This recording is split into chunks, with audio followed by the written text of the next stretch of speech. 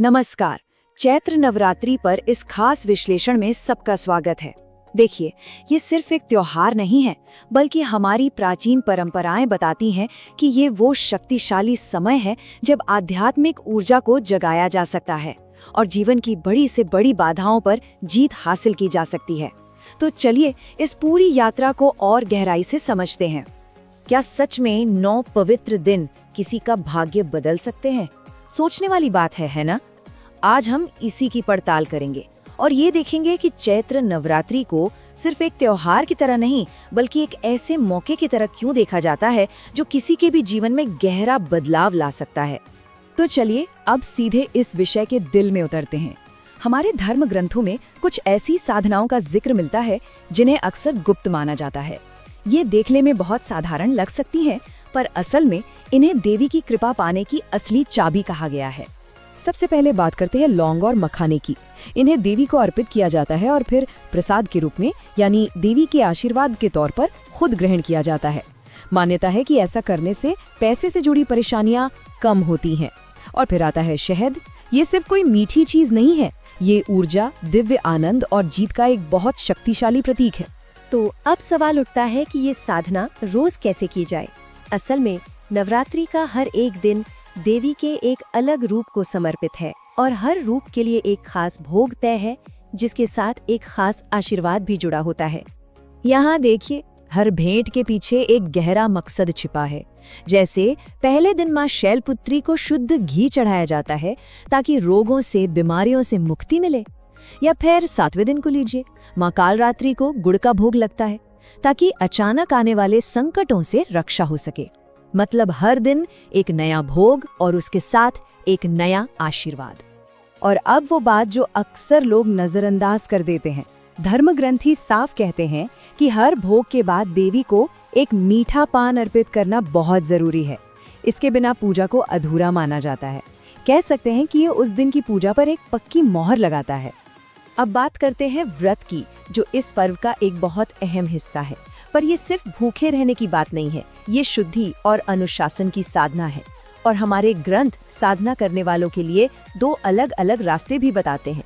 तो 2 रास्ते हैं। एक है फलाहारी व्रत, जिसमें हर तरह के अनाज और नमक मना है, और दूसरी तरफ है सेंधा नमक वाला व्रत, जहां कुट्टू के आटे या समा के चावल जैसी कुछ चीजें खा सकते हैं, लेकिन साधारण नमक, हल्दी और प्याज लहसुन जैसी चीजें पूरी तरह से वर्जित है।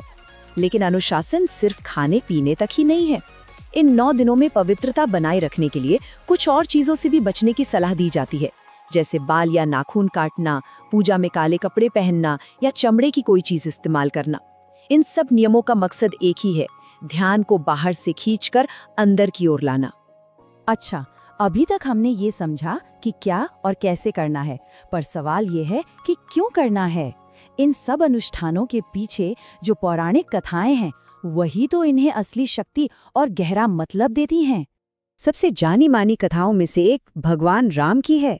जब उनके सामने रावण जैसी एक असंभव सी चुनौती थी, तब उन्होंने शक्ति पाने के लिए 9 दिनों का कठोर संकल्प लिया। जब पूजा के लिए रखे 108 नील कमल में से एक कम पड़ गया, तो उन्होंने उसकी जगह अपनी एक आंख ही अर्पित करने का फैसला कर लिया। उनकी इस अटूट भक्ति को देखकर देवी खुद प्रकट हुई और उन्हें जीत का वरदान दिया। और याद है, हमने शहद की बात की थी, उसका असली महत्व इसी से जुड़ा है। दुर्गा सप्तशती में एक बहुत शक्तिशाली श्लोक आता है।